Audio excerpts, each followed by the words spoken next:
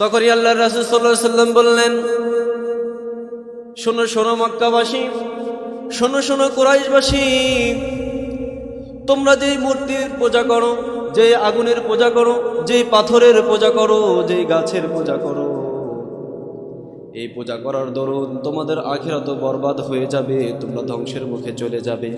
আল্লাহ রাব্বুল আলামিন আমাকে একটি সত্য দিন সহ প্রেরণ করেছেন, আমাকে সত্য দিন ইসলাম সহ কোরআন দিয়ে আমাকে পাঠিয়েছেন। তোমরা যদি আল্লাহ রাব্বুল আলামিনকে রব হিসেবে স্বীকার করো, তার আইন কানুন বিধি বিধান তোমরা যদি মেনে নাও, আর আমি রাসূলকে তোমরা যদি রাসূল হিসেবে স্বীকার করে নাও, তোমরা ইহকালীন মুক্তি পাবে, ইহকালীন শান্তি তোমরা পাবে, পরকালও জাহান্নামের আযাব থেকে তোমরা মুক্তি পাবে। আমাদের মধ্যে এরকম এক শ্রেণীর মানুষ আছে, দেখতে বড় মুসলমান মনে হয়, আমাদের মতো বড় জুব্বা পরে, সুন্দর দাঁড়িয়ে আছে, মক্কা মদিনায় গিয়ে হজ করে এসেছে, তাবলীগে চিল্লা লাগায়, তারা সমস্ত ভালো কাজগুলো তারা যখন করে, কিন্তু তাদেরকে যখন বলি দুনিয়ার মতবাদ বাদ দিয়ে, মানুষের তৈরি রচিত আইন বাদ দিয়ে আসো আমরা আল্লাহর আইনে দেশ চালাই, শরিয়া আইনে দেশ চালাই, খেলাফতের আইনে দেশ চালাই, তখন তাদের গায়ের মধ্যে জ্বালা পড়া শুরু হয়ে যায়। আছে না? আমি আপনাদের সম্মুখে পবিত্র কুরআনুল হাকিমের মধ্য থেকে একটি সূরার কিছু অংশ বিশেষ আয়াত আমি তেলাওয়াত করেছি। সূরাটার নাম হচ্ছে সূরাতুল আনকাবুত। সূরার নাম হচ্ছে সূরাতুল আনকাবুত। কুরআনুল কারীমের মধ্যে 114টি সূরা আল্লাহ তাআলা নাজিল করেছেন।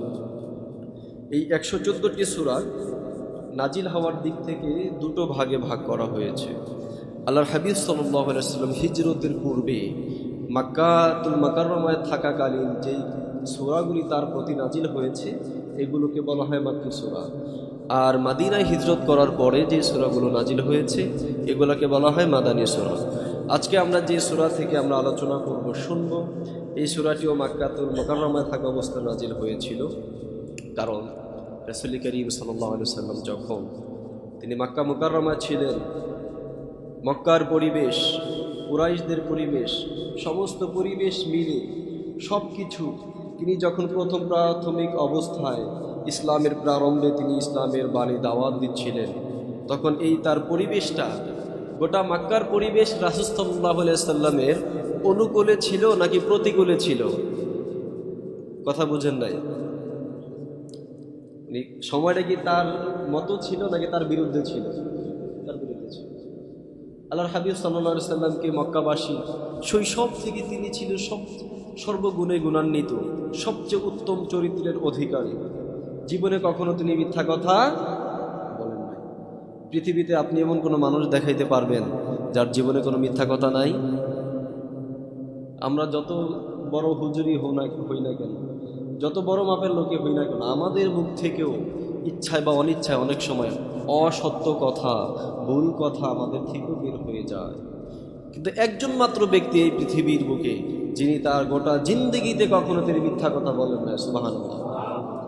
তিনি কে? তিনি আর কেউ না, আমার নবী, আপনার নবী, বিশ্ব নবী মুহাম্মদুর রাসূলুল্লাহ সাল্লাল্লাহু, যার চরিত্রের ব্যাপারে আল্লাহ রাব্বুল আলামিন স্বয়ং নিজে কুরআনুল কারীমে ঘোষণা দিয়েছেন যে আনা লাহুল খুলকুল আযীম, আমি আমার এই রাসূলকে মহান চরিত্রের অধিকারী করে পাঠিয়েছি। সুবহানাল্লাহ। তো যে কথা বলতেছিলাম, মক্কাতুল মুকাররমায় থাকাকালীন দেখেন তাকে সবাই খুব স্নেহ করত, আদর করত, ভালোবাসত, সম্মান করত। কারণ মুহাম্মাদের মতো এত সুন্দর ভালো চরিত্রের বালক মক্কার মুকাররম ইতিপূর্বে তারা কখনো দেখেনি। সে কখনো মিথ্যা কথা বলে না, কারোর সাথে ঝামেলায় জড়ায় না, কারোর সাথে বাগবিতণ্ডাতে জড়ায় না, অন্যের হক সে মেরে খায় না, কারোর সাথে দুরাচরণ করে না, এবং সে বিশ্বস্ত। মক্কার কাফেরা তাকে অবিশ্বাস করত, কিন্তু যদি কোথাও বেড়াইতে যাইত, কোথাও যাইত, এই রাসূল সাল্লাল্লাহু আলাইহি ওয়াসাল্লামের কাছে তাদের বিবিদের, তাদের মায়েদের, তাদের বোনদের গহনাগাটি অলংকার রাসূল সাল্লাল্লাহু আলাইহি ওয়াসাল্লামের কাছে তারা আমানত রেখে যেত। সুবহানাল্লাহ। কিন্তু তারা তার প্রতি ঈমান আনত না, কিন্তু বিশ্বাস ছিল যে সে অন্য ধর্মের হলেও সে কখনো মিথ্যা কথা বলে না, আমানতের খেয়ানত। আমরা সেই নবীর উম্মত, আমাদেরও এই গুণ আমাদের মধ্যে অর্জন করতে হবে। কথা বলে ঠিক কিনা? আমরা মিথ্যা কথা বলবো না, আমানতের খেয়ানত করব না। তো তাকে সবাই বিশ্বাস করত, রাসূল সাল্লাল্লাহু আলাইহি ওয়াসাল্লাম মুখ থেকে যা বের করতেন কুরাইশ মক্কাবাসীর অকপটে তা স্বীকার করে দিত। একদিন আল্লাহর হাবিব সাল্লাল্লাহু আলাইহি ওয়াসাল্লাম তিনি পাহাড়ের উপরে এসে তিনি কুরাইশবাসীকে ডাক দিলেন, হে কুরাইশবাসী, সবাইকে ডাক দিলেন। সবাই তাড়াতাড়ি করে পাহাড়ের আশেপাশে তারা জড়ো হলো।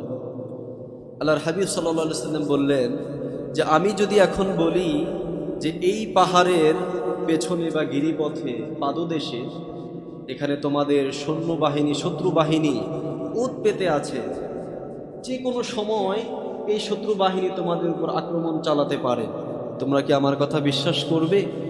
সমস্ত কুরাইশবাসী মক্কাবাসী অকপটে তারা এক বাক্যে জবাব দিল, অবশ্যই বিশ্বাস করব, কারণ মুহাম্মদ সাল্লাল্লাহু আলাইহি ওয়াসাল্লাম কখনো মিথ্যা কথা বলেন না। তখন আল্লাহর রাসূল সাল্লাল্লাহু আলাইহি ওয়াসাল্লাম বললেন, শোনো শোনো মক্কাবাসী, শোনো শোনো কুরাইশবাসী, তোমরা যেই মূর্তির পূজা করো, যেই আগুনের পূজা করো, যেই পাথরের পূজা করো, যেই গাছের পূজা করো, এই পূজা করার দরুন তোমাদের আখিরাত বরবাদ হয়ে যাবে, তোমরা ধ্বংসের মুখে চলে যাবে। আল্লাহ রাব্বুল আলামিন আমাকে একটি সত্য দিন সহ প্রেরণ করেছেন, আমাকে সত্য দিন ইসলাম সহ কোরআন দিয়ে আমাকে পাঠিয়েছেন। তোমরা যদি আল্লাহ রাব্বুল আলামিনকে রব হিসাবে স্বীকার করো, তার আইন কানুন বিধি বিধান তোমরা যদি মেনে নাও, আর আমি রাসূলকে তোমরা যদি রাসূল হিসেবে স্বীকার করে নাও, তোমরা ইহকালীন মুক্তি পাবে, ইহকালীন শান্তি তোমরা পাবে, পরকালও জাহান্নামের আযাব থেকে তোমরা মুক্তি পাবে। যখনই রাসূল সাল্লাল্লাহু আলাইহি ওয়াসাল্লাম এই কথা বললেন, আর মক্কার কুরাইশ কাফেরদের মেজাজটা গরম হয়ে গেল। কথা বুঝতে পারেননি? এই তুমি এই কথা বলার জন্য আমাদেরকে ডাকছো? মানে রাসূল সাল্লাল্লাহু আলাইহি ওয়াসাল্লাম তাদেরকে বললেন যে আমার কথা তোমরা যেমন অকপটে স্বীকার করো, বিশ্বাস করো, তাহলে আমি বলছি শোনো, তোমরা যে মূর্তির পূজা করো, যেই উপাস্যের উপাসনা তোমরা করো, এগুলো তোমাদেরকে ধ্বংসের পথে নিয়ে যাবে। সুতরাং তোমরা ধ্বংসের পথ থেকে ফিরে এসো, শান্তির পথে আসো, ইসলামের ছায়াতলে এসো, আল্লাহকে রব হিসাবে, আমি মুহাম্মদকে রাসূল হিসেবে তোমরা মেনে নাও। এই কথা বলার সাথে সাথেই মুহাম্মদ সাল্লাল্লাহু আলাইহি ওয়াসাল্লাম তাদের চক্ষু শূল হয়ে গেল, কাটা হয়ে গেল, যে এতদিন তো ভালোই ছিল, এখনই কি হয়ে গেছে, সে তার ধর্মের দিকে দাওয়াত দিচ্ছে। আমাদের বাপদাদার ধর্ম নাকি চলবে না, এখন তার নতুন ধর্ম নাকি আমাদের পালন করতে হবে। এই তাদের কি হয়ে গেল, মাথা গরম হয়ে গেল। কারণ তারা চিন্তা করেছে আমরা যদি আল্লাহকে রব হিসাবে স্বীকার করি, মুহাম্মদকে যদি রাসূল হিসেবে স্বীকার করি, আমাদের ব্যক্তিগত আমাদের মতবাদ দিয়ে দেশ চলবে না, আমাদের মন মতো আমরা চলতে পারবো না। আমরা যে মন চাই জিন্দেগি চালাচ্ছি, নিজেদের মন মতো করে আইন জারি করছি, নিজেদের যেভাবে মন চায় সেভাবে চলতেছি। আল্লাহকে যদি রব হিসেবে স্বীকার করি, রাসূলকে যদি মুহাম্মদকে রাসূল হিসেবে স্বীকার করে নেই, আমাদের এই আধিপত্য, আমাদের এই প্রতিপত্ত সব বিনাশ হয়ে যাবে। এই জন্য সব কথা তাদের ভালো লাগলেও তারা এই আল্লাহ রাসূলের এই কথা তারা মেনে নিতে পারে না। আমাদের মধ্যে এরকম এক শ্রেণীর মানুষ আছে, দেখতে বড় মুসলমান মনে হয়, আমাদের মতো বড় জুব্বা পরে, সুন্দর দাড়ি আছে, মক্কা মদিনায় গিয়ে হজ করে এসেছে, তাবলীগে চিল্লা লাগায়, তারা সমস্ত ভালো কাজগুলো তারা যখন করে, কিন্তু তাদেরকে যখন বলি দুনিয়ার মতবাদ বাদ দিয়ে, মানুষের তৈরি রচিত আইন বাদ দিয়ে আসো আমরা আল্লাহর আইনের দেশ চালাই, শরিয়া আইনের দেশ চালাই, খেলাফতের আইনের দেশ চালাই, তখন তাদের গায়ের মধ্যে জ্বালা করা শুরু হয়ে যায়। আছে না নাই? কারণ তারা জানে যে এখন আমি যদি আল্লাহর আইন শরিয়া আইনের মধ্যে চলে আসি, আমি যে সুদের ব্যবসা করি, আমার এই সুদের ব্যবসা নষ্ট হয়ে যায়। আমি যে মানুষের অন্যায়ভাবে তার হক ঠকিয়ে খাই, আমার এই ব্যবসায় ধস নেমে যাবে। আমি যে মানুষের অন্যায়ভাবে তার জমি ভোগ দখল করি, এটা আমি আর করতে পারবো না। আমি যে নিজের ক্ষমতা বলে মানুষের উপর জুলুম করি, এই জুলুম করতে পারবো না। আমি যে কলমের খোঁচায় মানুষের লক্ষ লক্ষ কোটি কোটি টাকা যে আমি চুরি করতেছি, বিদেশে গিয়ে টাকার পাহাড় বানাচ্ছি দেশের অর্থ পাচার করে, ইসলামী আইন যদি জারি হয়ে যায়, এই চুরির অপরাধে আমার হাত কাটা হবে, ঠিক কিনা? এর জন্য তারা সুন্দর সুন্দর মিঠা মিঠা যে কথাগুলো আছে, এগুলো তারা মানতে চায়, আল্লাহর আইনের বাস্তবায়ন তারা চায়। যাই হোক, মূল আলোচনায় আসে। তো রাসূল সাল্লাল্লাহু আলাইহি ওয়াসাল্লামের তিনি যখন এই ইসলামের দাওয়াত দিচ্ছিলেন, তখন এই কাফের মুশরিক এখন তার বিরুদ্ধে চলে গেল। এতদিন মুহাম্মদ সাল্লাল্লাহু আলাইহি ওয়াসাল্লাম ভালোই ছিল, যেই তিনি আল্লাহর আইনের কথা বললেন, ইসলামে দাওয়াত দিলেন, এখনই মুহাম্মদ এখন আর ভালো না।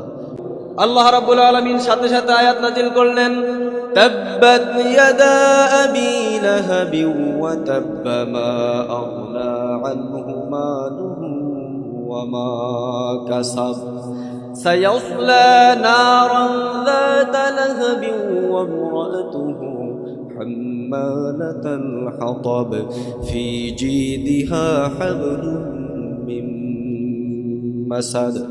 আল্লাহ তাআলা বললেন, যে হাত দিয়ে তুমি আমি নবী মুহাম্মদ সাল্লাল্লাহু আলাইহি সাল্লামের গায়ে পাথর মেরেছো, ওই হাত ধ্বংস হয়ে যাক। লানত দিয়েছেন কে? আল্লাহ। আল্লাহ রাসূল সাল্লাল্লাহু আলাইহি সাল্লামের বিরুদ্ধে তারা নানা ষড়যন্ত্র করতে শুরু করলেন, যে কিভাবে মুহাম্মদ সাল্লাল্লাহু আলাইহি সাল্লামের এই ইসলামের দাওয়াত বন্ধ করা যায়, আমাদের বাপ দাদার এই ধর্ম কিভাবে টিকিয়ে রাখা যায়। তারা নানা কি করতে শুরু করলেন? ষড়যন্ত্র করতে শুরু করলেন। শেষ সময় তারা ঘোষণা করলেন, যে ব্যক্তি মুহাম্মদ সাল্লাল্লাহু আলাইহি সাল্লামের মাথা এনে দিতে পারবে তাকে 100 উট পুরস্কার দেওয়া হবে। আল্লাহ রাসূলের কাছে তারা এসে প্রস্তাব করলেন, মুহাম্মদ তুমি কি চাও বলো? তুমি যদি মক্কাতুল মুকাররমা, গোটা আরবের মধ্যে সবচেয়ে সুন্দর নারীকে তুমি যদি বিবাহ করতে চাও বলো, তার সাথে তোমাকে বিবাহ করিয়ে দেই। তুমি যদি সবচেয়ে ধনী হতে চাও, অর্থ সম্পদ লাগে, তোমার যা সম্পদ টাকা পয়সা লাগে সব কিছু তোমাকে আমরা দিয়ে দিব, তবুও তুমি তোমার এই ইসলামের দাওয়াত দিও না।